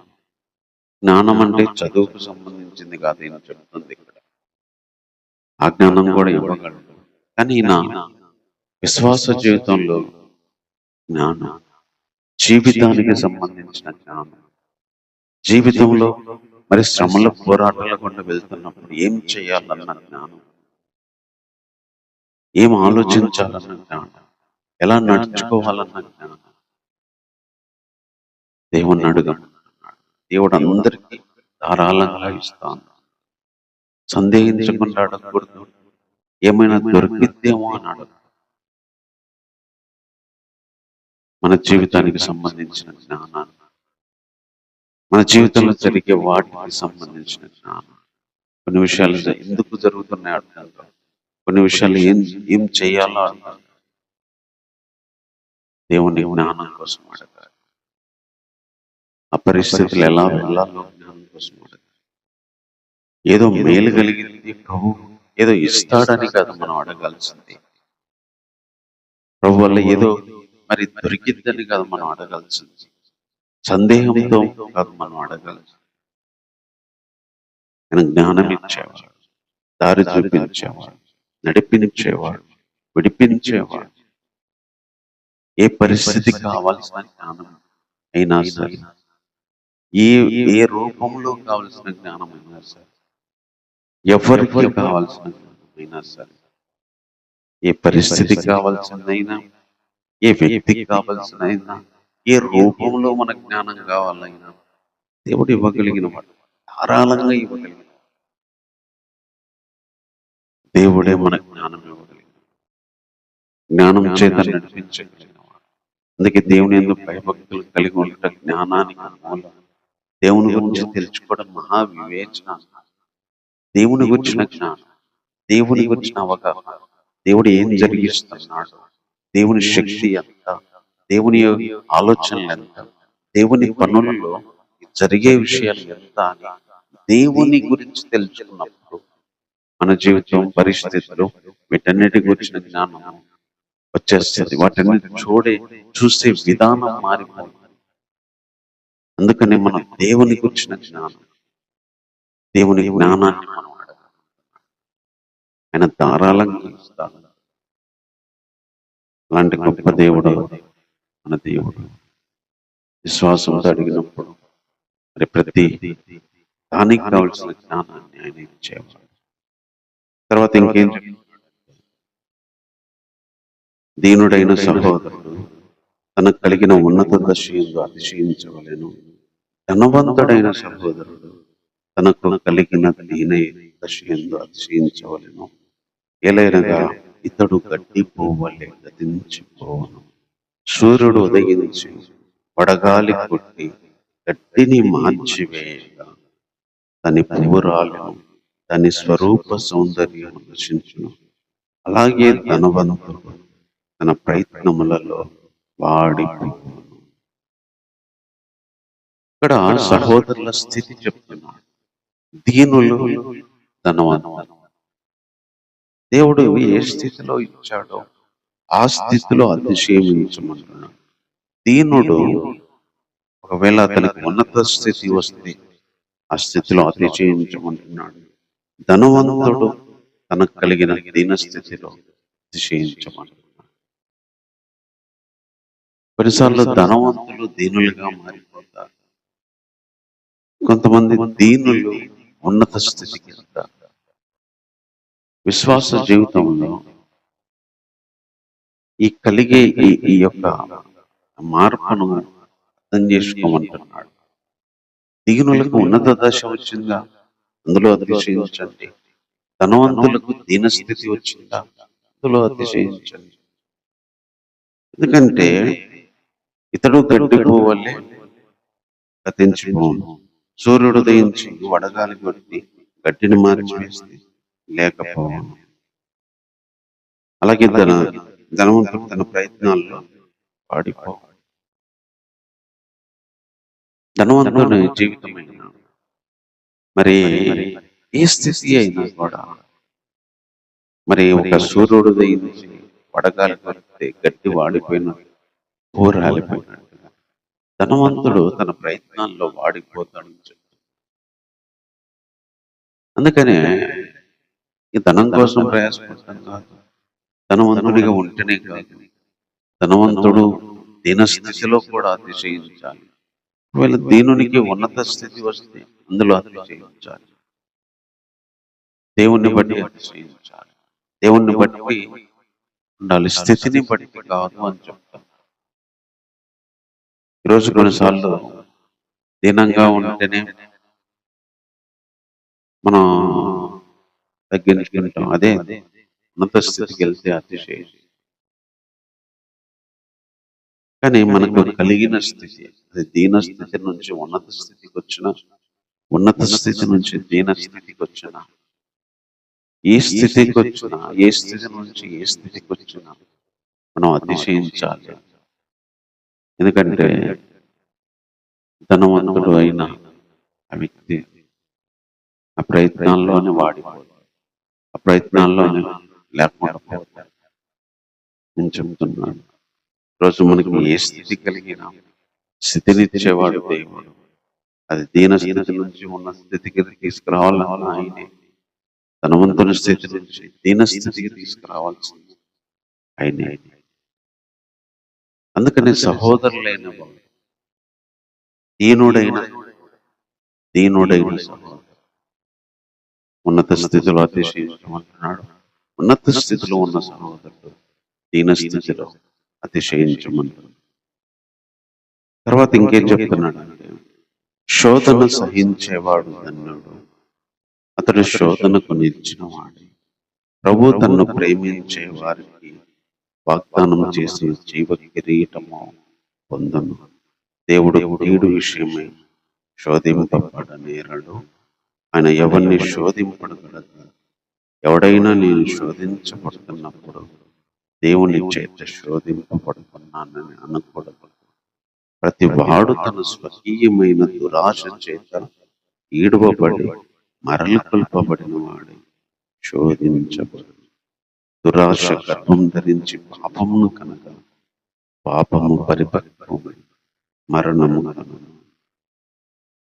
ఇక్కడ శోధన గురించి చెప్తున్నాడు. శోధన సహిస్తే వాడు ధన్యుడు. వాడు శోధనలో నిలబడి దేవుని జీవ కిరీటాన్ని పొందుతాడు. దేవుడు ఎవరిని శోధించడు. వీడి విషయంలో దేవుడు శోధింపబడనేరడు. అందుకే దేవుడు శోధిస్తున్నాడని అనకూడదు. ప్రతివాడు తన దురాశ చేత మరలి కొల్పబడి ఈడవబడి శోధించబడతాడు. ఈ దురాశ గర్భం ధరించి పాపం కంటే పాప మరణాన్ని తీసుకొస్తామని చెప్తున్నాడు. శోధన గురించి చెప్తున్నాడు. శోధన సహించేవాడు అతడు దేవుని జీవ కిరీటం పొందుతాడు. దేవుడు శోధిస్తున్నాడని అనకూడదు. ఆయన కీడి విషయంలో శోధించాడు. శోధనలో మన దురాశ చేత పుడతాయి. దురాశలు గర్భం ధరించి పాపాన్ని కంటాయి. అవే శోధనలు పాపమే మరణంగా మారుతుంది. కొన్ని శోధనలు దేవుడు తెచ్చినాయి కాదు, మన ఆశలు తెచ్చినాయి, మన దురాశలు తెచ్చినాయి. ఆశలు ఉండడం తప్పు కాదు, దురాశలు ఉండడం. ఇక్కడ దురాశ, ఆశ కానీ ఉండాలంట. దురాశ ఆ రోజు ఆదాము వాళ్ళు కూడా ఎన్నో పండ్లు ఇచ్చారు, కానీ ఒక ఉద్దన్న పండు, దాని మీదే దురాశ.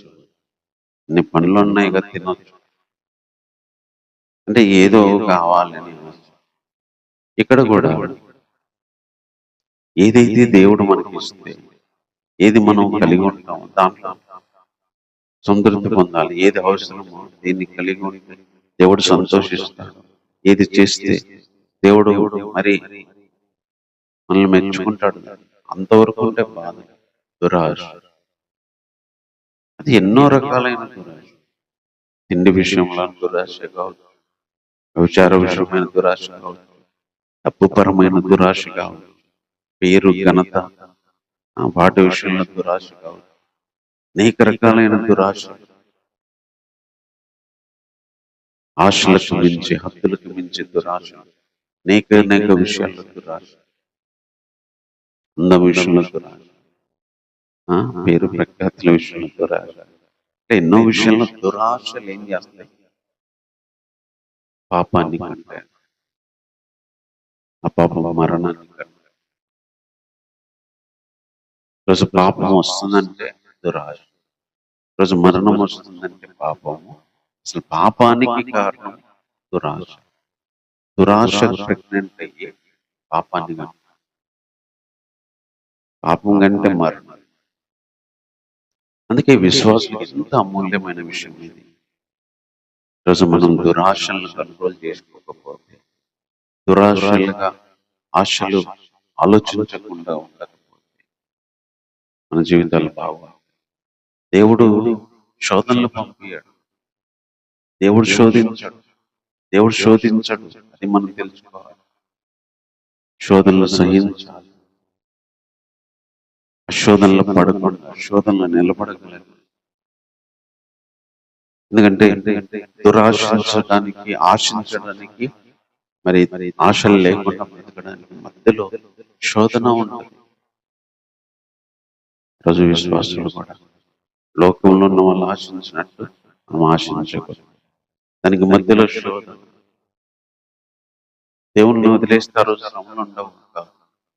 నిలబడాలంటే శోధన. ఎన్నో విషయాల్లో శోధన. ప్రభువుతో జీవించడానికి శోధన. వాటిని మనం తట్టుకోవాలి, నిలబడాలి. శోధన సహిస్తే ధన్యులము, జీవ కిరీటం వస్తుంది. దేవుడు కీడి విషయంలో శోధించడం. దురాశ గర్భం ధరించి పాపాన్ని కంటే పాప మరణం వస్తుంది. ఈ విధంగా శోధనలు వస్తాయని చెప్తున్నా.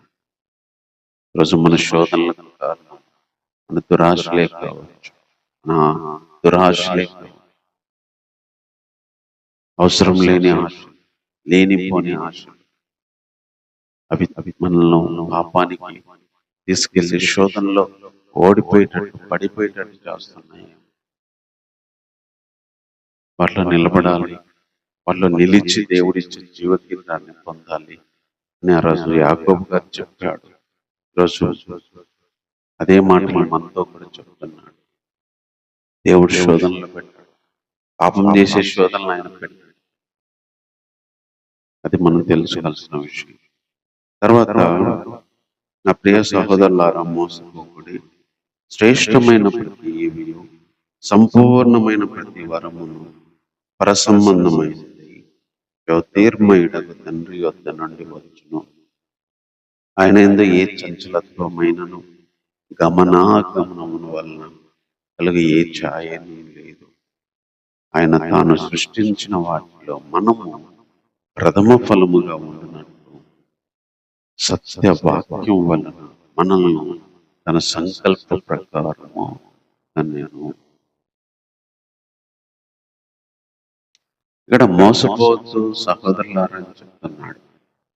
దేవుని నుంచి శ్రేష్టమైన ప్రతి ఈవి, సంపూర్ణమైన ప్రతి వరము పరల సంబంధమైనవై జ్యోతిర్మయుడైన దేవుని దగ్గర నుంచి వస్తాయి. ఆయనలో చంచలత్వము గాని గమనాగమనం వలన కలుగు ఏ ఛాయ గాని లేదు. ఆయన సృష్టించిన ఈ సృష్టిలో మనము ప్రథమ ఫలంగా ఉండడానికి తన సత్య వాక్యం వలన మనల్ని కన్నాడు అని చెప్తున్నాడు. నిజంగా ఈ మాట ఎంత ధన్యత. దేవుని నుంచి శోధనలో రా, దేవుని నుంచి మంచి వరాలు వస్తాయంట, దేవుని నుంచి మంచి ఈవులు వస్తాయంట, దేవుని నుంచి సంపూర్ణమైన వరాలు, శ్రేష్టమైన వరాలు, పర సంబంధమైనవి పరలోకం నుండి వస్తాయి. ఆయనలో గమనత్వం గాని, చంచలత్వం గాని, గమనాగమనం వల్ల కలుగు ఛాయ గాని లేదు. ఆయన ఇచ్చేటి పర్ఫెక్ట్, ఆయన మారాడు. దేవుడిచ్చే వరాలు ఎప్పుడు మేలుకే ఇస్తాడు, సంపూర్ణమైన ఇవే ఇస్తాడు, శ్రేష్టమైన ఇవే ఇస్తాడు. అందుకే మనల్ని ఈ సృష్టిలో ప్రథమ ఫలంగా ఉండాలని తన సత్యవాక్యంలో మనం అన్నాడు, మన కుమారులుగా చేసుకున్నాడు. ఫస్ట్ ప్రిఫరెన్స్ మనకే ఇస్తున్నాడు. మనం తన పిల్లలము, తన సంకల్పంలో ఉన్నవారు. అలాంటి వాళ్ళకి శోధనలు ఎందుకు ఇస్తాడు? దేవుడు ఇవ్వడు శోధన. దేవుడు శ్రేష్టమైన వరాలు, శ్రేష్టమైన ఈవులే ఇస్తాడు. ఆయన గమనాగమనం వల్ల కలుగు ఛాయ కానీ చంచలత్వం లేదు. మారేవాడు కాదు, మార్చుకుని ఒకప్పుడు ఒకటి ఇచ్చి ఇంకోటి ఇచ్చేవాడు కాదు. శోధనలు ఇచ్చిన తర్వాత బాగుంటుంది ఈవులు ఇచ్చేవాడు కాదు. ఆయన వరాలు ఇచ్చేవాడు, శ్రేష్టమైనవి ఇచ్చేవాడు, జ్యోతిర్మయుడు. ఆయన జ్యోతిర్మయుడు అంటే ఆయన వెలుగు, ఆ వెలుగుమయమైన దేవుడు, చీకటి లేని దేవుడు. అలాంటి దేవుడు శ్రేష్టమైనవి ఇస్తాడు తప్ప, సంపూర్ణమైనవి ఇస్తాడు తప్ప శోధనలు ఇవ్వడు. దేవుడు శోధనలు ఇవ్వడు. శోధనల గుండా వెళ్తాం. ఈ సాతాను నుండి కలిగే శోధన, మన దురాశల వల్ల కలిగే శోధన దేవుడు మారాడు. ఆయన మంచివే ఇస్తాడు. అందుకే ఆ రోజు సృష్టించినప్పుడు కూడా ప్రతిదీ మంచిది మంచిది మంచిది అని చెప్పాడు. ఎందుకంటే మనిషికి ఇవ్వాల్సింది తయారు చేసినప్పుడు మంచిదని చూశాడు దేవుడు. వెలుగు మంచిదిగా చూసి ఇచ్చాడు, ఆకాశం భూమి మంచిగా చూసి ఇచ్చాడు, సూర్యచంద్ర ఆకాశాలను మంచిగా చూసి ఇచ్చాడు, పక్షులను చూసి ఇచ్చాడు, మంచిగా చూశాడు, జంతువులు సృష్టించడం మంచిగా చూసి ఇచ్చాడు. మనుషునికి కావాల్సింది మనుషునిగా తయారు చేసినప్పుడు కూడా అది మంచిదిగా చూశాడు. దేవుడు ప్రతిదీ మంచిది, శ్రేష్టమైన ఈవులే ఇస్తాడు. అందుకే మనం మోసపోవద్దు అని చెప్తున్నాడు. అంటే శ్రమల్లో ఉన్న వీళ్ళకి, పోరాటాలతో ఉన్న వీళ్ళకి ఇవన్నీ దేవుడు కలిగిస్తున్నాడు. ఏమన్నా మరి ఒక ఆలోచన వచ్చి ఉండొచ్చేమో. అందుకు చెప్తున్నాడు, మనం దేవుని సంకల్పం ప్రకారం మనల్ని కన్నాడు. ప్రథమ ఫలంగా మనం ఉండాలి. ఫస్ట్ దేవునికి ఫలములాగా మనం ఉండాలి. దేవుని దృష్టిలో మనం నెంబర్ 1గా ఉండాలని ఈ సృష్టి అంతట్లో కూడా విలువైంది మనం ఆ రోజులో సృష్టి చేశాడు. ఈ సృష్టి అంతట్లో విలువైంది దేవుని దృష్టిలో మనుషులే. జంతువులను ఇష్టపడలేదు, పక్షులు కాదు, భూమి ఆకాశం కాదు, సూర్యుడు చంద్రుడు కాదు, ఫలాలు ఇచ్చే వృక్షాలు కాదు, వెలుగు కాదు, మనుషులు వాళ్ళు ప్రథమ ఫలంగా ఉండాలని దేవుడు ఇచ్చాడు. నిజంగా అలాంటి గొప్ప దేవుడు. అందుకే ఆయన మంచివే ఇచ్చేవాడు, శ్రేష్టమైన ఇచ్చేవాడు. ఆయన చంచలత్వం లేనివాడు, గమనాగమనం వల్ల కలుగు ఛాయ కూడా లేదు ఆయన. అందుకనే దేవుడు ఎలాంటి దేవుడో తెలుసుకోవాలి, విషయంలో మనం మోసపోకూడదని చెప్తున్నాడు. ఈరోజు అలాంటి గొప్ప దేవుడు మనకు ఉన్నాడు. ఈరోజు అలాంటి దేవుని మనం కలిగి ఉంటాం. కాబట్టి మాటలు బట్టి ప్రార్థన చేసుకుంటాం.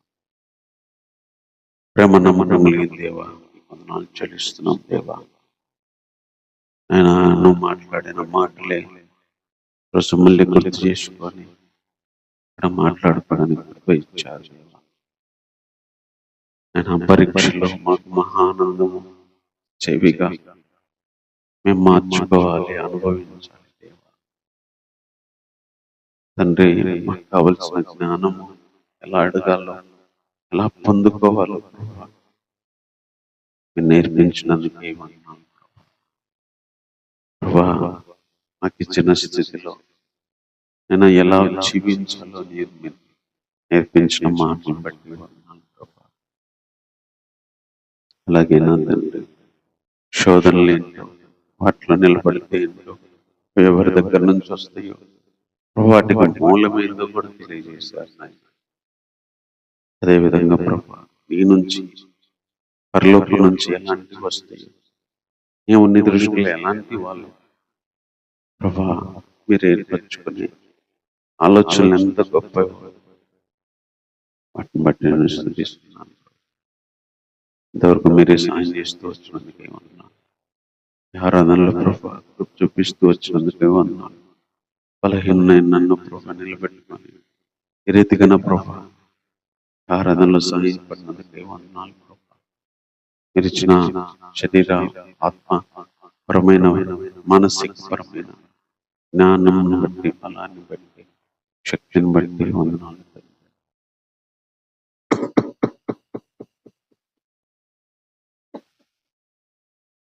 ఇంతవరకు తోడుగా ఉండే అందుకే వందనాలు. వచ్చిన వారిని జ్ఞాపకం చేసుకోండి. నీ వాక్యాన్ని కృప మా మొదటంలో ఫలింపచేయండి. ఎంతమందికి మాటలు అవసరమో దేవా దయచేసి మీరే తీసుకెళ్ళి ప్రభా. దానికి కావలసిన రూపాలు, అవకాశాలు తండ్రి మీరే ఏర్పాటు చేయండి, చూపించండి. వారమంతా తోడుగా ఉండదు ప్రభా. ఏ పనుల్లో సాయం చేస్తూ ఉండండి నాయన. అన్నిటికంటే ముఖ్యంగా ఆత్మీయ సంబంధమైన వాతావరణంలో ఈ ప్రత్యక్షతలో ఈ శక్తిని, బలాన్ని మిస్ అవ్వకుండా, ఇటువంటి దురాశలు, ఇటువంటి శోధనలో పడకుండా సహాయం చేయండి. ప్రతి విషయంలో మీ జ్ఞానం దయచేయండి. పరీక్షల్లో కూడా ప్రభా మీ యొక్క ఓర్పు దయచేదేవా. ఆ రీతిగా సహాయం చేయదేవా. వారం ఆయా పరిస్థితుల్లో వెళ్తున్నాం, తోడుగా ఉండండి. ముందున్న ఆ యొక్క పనుల్లో తోడుగా ఉండండి ప్రభా. నీకు ఆయస్కరమైన ప్రతిదీ నా తండ్రి రక్తంతో కడిగి క్షమించి శుద్ధీకరించండి. సంపూర్ణమైన మీ ఆత్మతో నింపండి, సంపూర్ణమైన మీ శక్తితో నింపండి. ఎంతోమంది భక్తులనైనా విశ్వాసంతో పాటు అల్పులమైన మేము కూర్చున్నాం ప్రభా. నువ్వు ఇచ్చే మాటలు, చిన్న తలంపులను ప్రభా నేను మరి ధ్యానించుకోవడానికి మాకు ఇచ్చిన కృపను బట్టి రోజు సహాగరతో ఉన్నట్టుగా నా తండ్రి దాసులైన వారితో కూడా ప్రభా మీరు ఉండగలిగిన దేవుడు. అలాంటి దాసులను జ్ఞాపకం చేసుకోవాలి. ఈ సంఘాన్ని, సేవను, విశ్వాస జీవితాన్ని ప్రభా ఏ విధంగా నడిపించాలో ప్రభా కావాల్సిన జ్ఞానం దయచేయి దేవా. ఏ విధంగా ఎదగాలో కావాల్సిన జ్ఞానం దయచేయి ప్రభా.